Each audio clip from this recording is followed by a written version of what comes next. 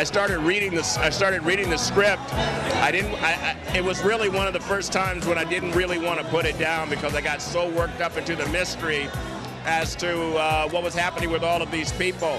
When you find good writing in the vast, more dark forest of bad writing, you're immediately excited. And I know a good play when I read one. I think I do. So I didn't have to think very hard or long about it.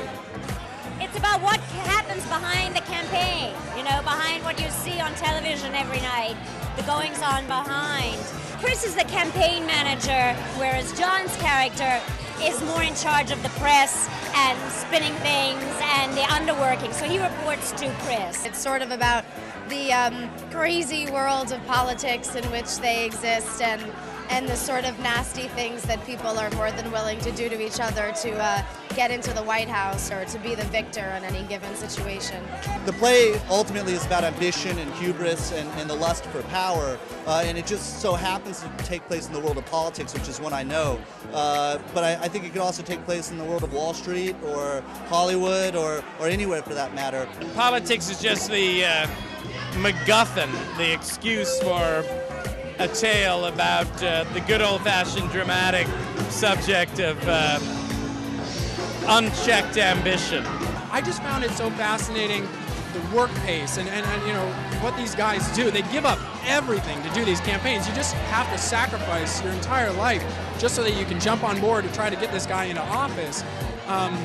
So I was just really humbled by how much you have to believe, like just the passion that drives these people to do it. There's a love story in there. How do you have love in the household when the man goes out to a poisoned world and brings that back in?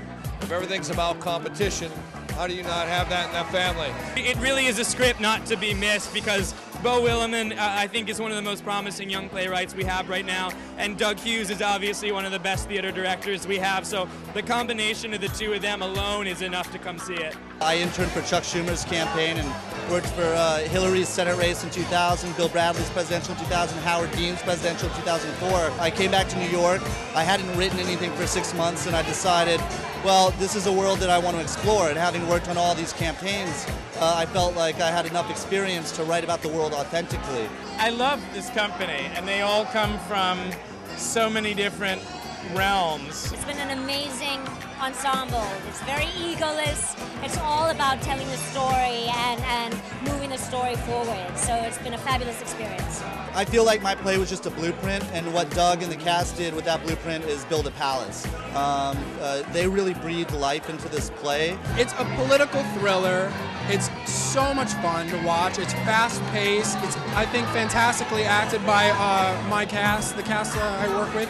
And I think people are going to easily respond to it. It is an exciting night at the theater. It really, truly is. I mean, the minute the lights come up, it really doesn't lose momentum until the minutes, the lights go down. You learn about the people in it.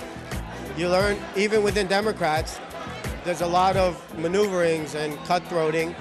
And they're right, the Republicans are the worst, and they get away with everything. And go see it. Even if you're a Republican, go see it.